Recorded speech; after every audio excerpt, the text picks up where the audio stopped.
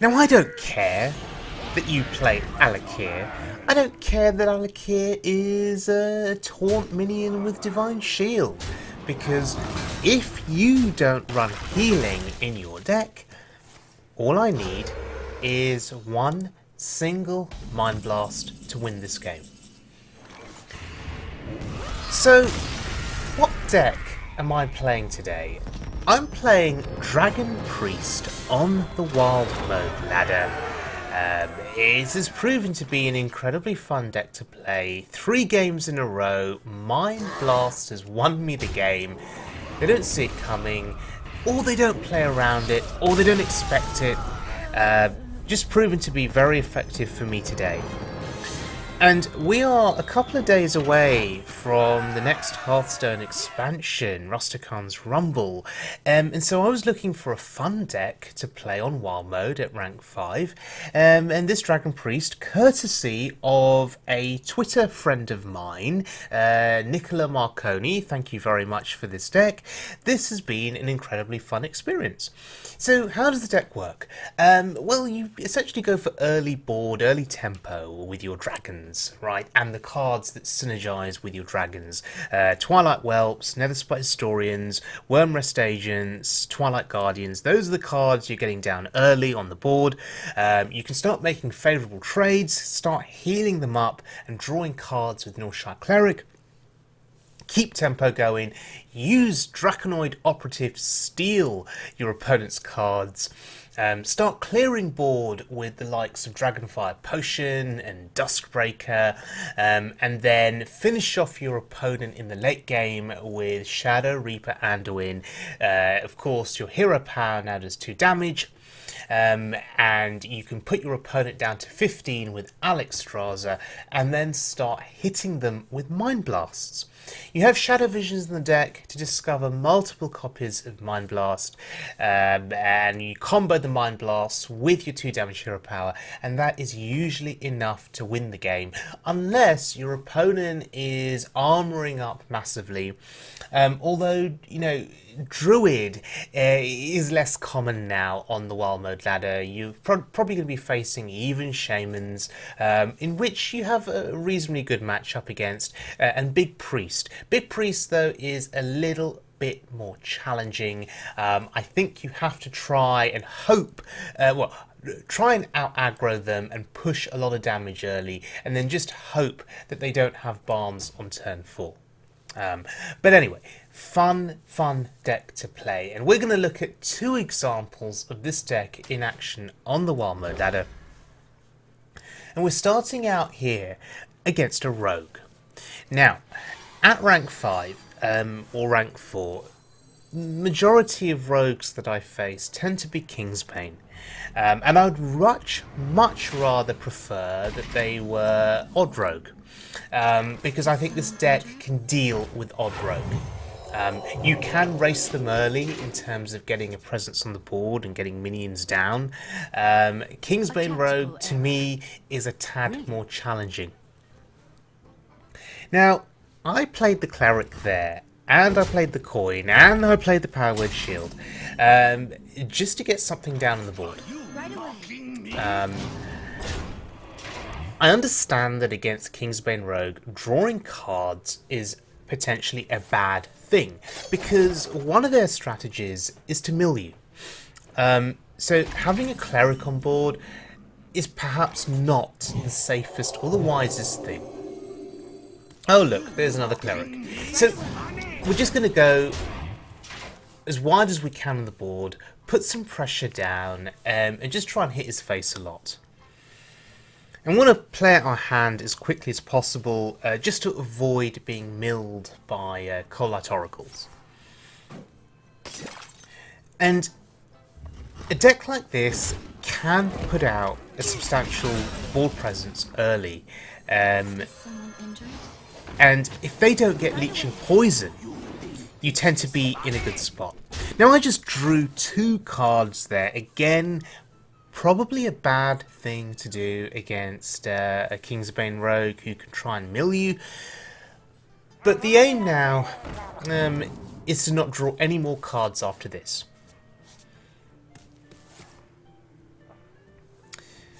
there was a possibility that drawing those cards there was helpful on that turn, but drawing any more is going to hurt me.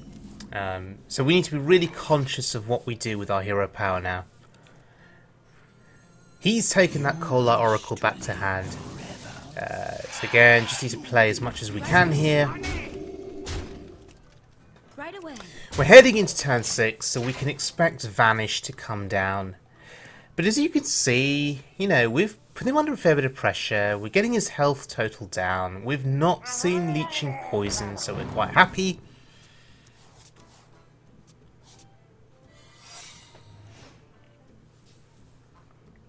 So he doesn't play Vanish. But we do see the sap. Fair enough.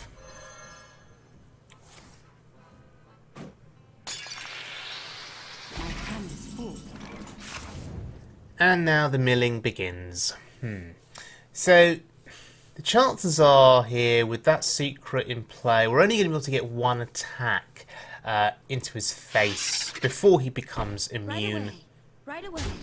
I'm going to use the clerics to trade. I really want to kill these clerics off as quickly as possible. Are you mocking me? You wish. And once again, I'm buffing the taunt. Trying to make it hard for his weapon to break through it. I can see a Mind Blast in my hand, and I can see 2 Shadow Visions. So now I'm starting to think about... Oh, there's the Vanish. Starting to think about using Shadow Visions to discover the other copy of Mind Blast. We've just lost Alexstrasza, which is very frustrating. But yeah, we want to discover the second copy. Because if he's going to continue milling us, we cannot afford to lose that second copy of Mind Blast. Is someone injured? Is someone injured?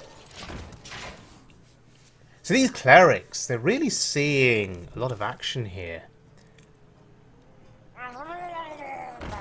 We have 3 Mind Blasts in hand. So we need to be conscious of the damage it can do, but there is the Leeching Poison. And now this game has just become a hell of a lot more difficult. So Leeching Poison is a card that I really think should be nerfed. I really dislike playing against Kingsbane Rogue. Really, really dislike playing against it. And that is all down to Leeching Poison. Now, Draconoid Operative. Otherwise known as Draconoid OP, because it is OP. Played it once, we play it again, and oh look, there's Kingsbane. Right away. This makes me very happy, because now I have Kingsbane, I have triple Mind Blast. We've lost Alexstrasza, we've lost Shadow Reaper Anduin, but it's fine. Because we have the Kingsbane. We lose the second copy of Mind Blast. And he'll have seen that and he'll be feeling pretty good about himself. But you know what? That's absolutely fine. Because if we do a little bit of math here, 8 damage from the Kingsbane, triple Mind Blast, that's 15 plus 8. I believe we have lethal. And this is one of the most satisfying victories for me against Kingsbane Rogue. Very rarely do I beat it, depending on the deck I'm playing, of course. So that felt really, really good. Okay, let's look at another game. Going up against a Shaman here. And really, I guess this is a showcase of how this deck can perform against other decks that are classified as tier 1. Even Shaman is tier 1. I'd argue that even Shaman is the best all-round performing deck in Wild Mode at the moment, pre-Rastakhan's Rumble. because you've got good matches against aggro decks, because you've got cards like Maelstrom Portal that can clear boards early. You can race other mid-range decks because you can get big threats down early. Even cards like Totem Golem that cost 2, a 2 costs 3/4 is insane. Think from Below, 4 mana 7/7s. You can race other mid-range decks. And against control decks or slow decks, you can pressure them early, and if they put big taunts down, you have Devolve to get through them. So even Shaman, probably the best all-round deck in wild mode, pre-Rustican's Rumble. But we've got some threats of our own, and we have some tools of our own that can help control the board. Wormrest Agent on 2 feels pretty decent here. We didn't have a 1-drop that we could play, which is unfortunate, because that would have sped up that process of racing him. But his start here is pretty slow too. Sure, he's got these totems coming down, and he'll be able to play a Totem Carver, which will be buffed up. So we don't want to give him that value. Playing the Dustbreaker here, just on the totems alone, seems reasonable.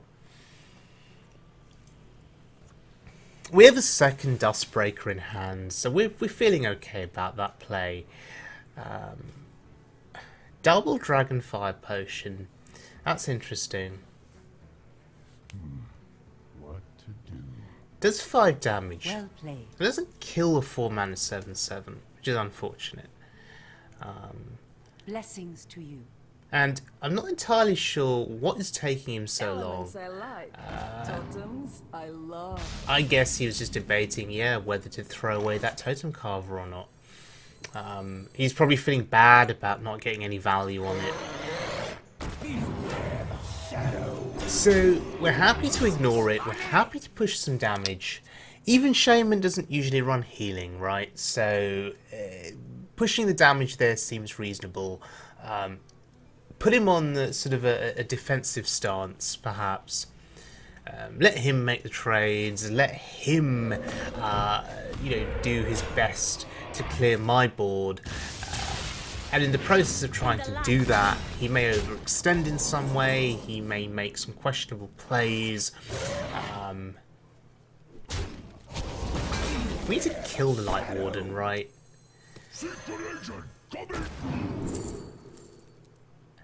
Merkspark Heal would usually be my auto pick here, but unfortunately it's not going to work because our deck would only need even cost cards. We have odd cost cards in our deck, so yeah, Maelstrom Portal seems fine here. And this is an even Shaman that runs Hex. It's interesting. I guess it's good against Big Priest. But anyway, Mind Blast, 1 copy in hand, could prove to give us a useful lethal at some point. Dragonfire Potion here seems okay. I have another one in hand. It lets me keep pressuring his face. And his health total is starting to lower. We have the Mind Blast. Soon enough, I guess, if we get the second copy, we'll be close to lethal.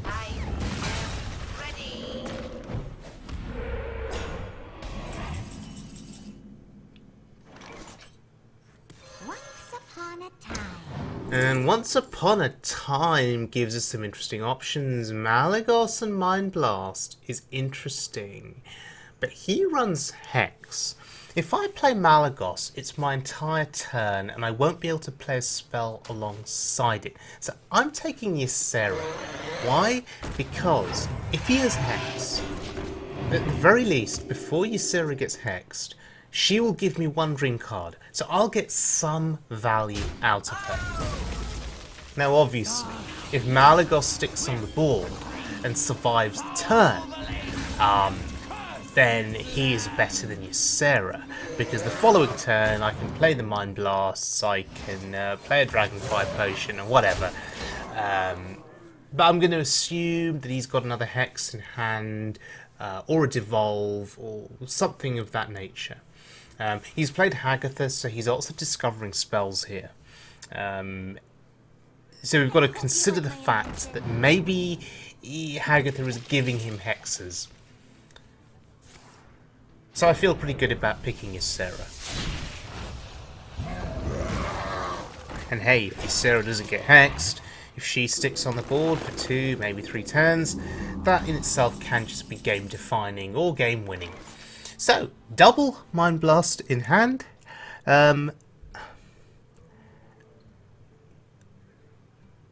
That 5/5 is relatively frustrating, so maybe I just plop down Ysera. Maelstrom Portal's also looking appealing. Shadow Reaper Anduin here. Getting him online seems to be better. We kill the 5/5, so we get some value.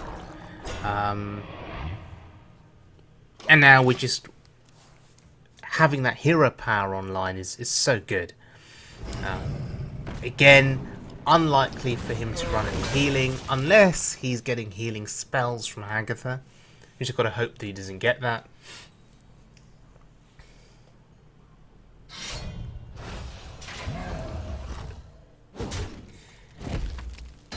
And we start going to work now on his face with this hero power. He saw one Dragonfire potion, so he's probably feeling pretty safe. But we have the second one in hand. This is a good ball clear here. This is good value.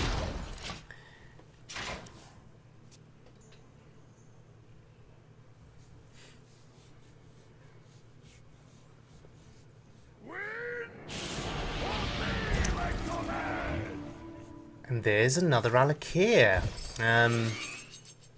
The first game in this video showcased an Alakir.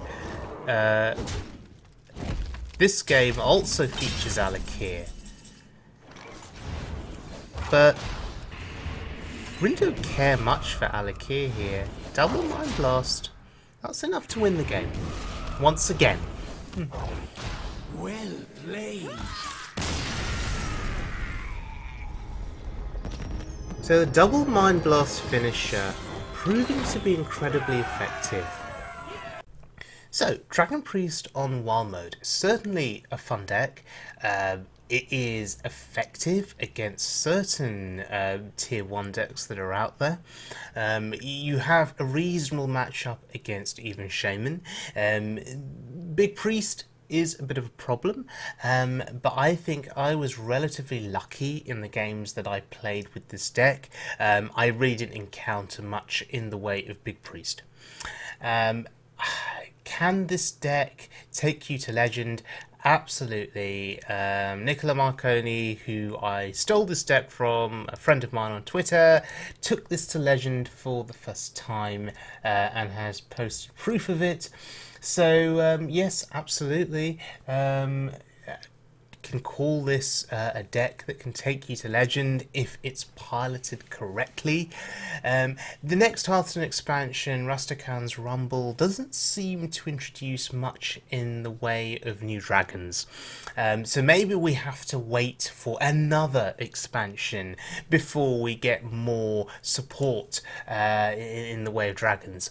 But if you're waiting for Rastakhan's Rumble to hit and you've got a bit of spare time on your hands and you want to rank up on the wild ladder, then this is certainly a deck that you should consider playing.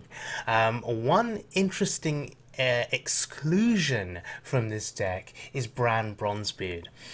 Previous Dragon Priest decks that I have played have done well with Bran comboing with Netherspite Historian, Bran comboing with Draconoid Operative in particular. Hey, even Bran as a Drake is pretty cool if you're looking to keep that tempo going and that board presence going by drawing 2 cards. Bran Dustbreaker kills Bran, but does 6 damage AoE to the board. So interesting to see that Bran Bronzebeard is not included in this deck. However, in the games that I have played, I can say that maybe he's not needed. Did I miss Bran? Probably not. He could perhaps be described in the games that I played as a win more condition, drawing that extra card, when actually maybe it's not needed.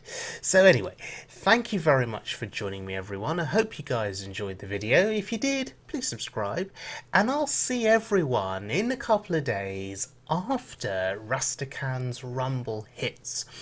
If you guys have any interesting decks that you'd like me to play, if you've got any theory crafting that you've done, please leave a deck code in the comments section below, or a link to a deck that you'd like me to look at.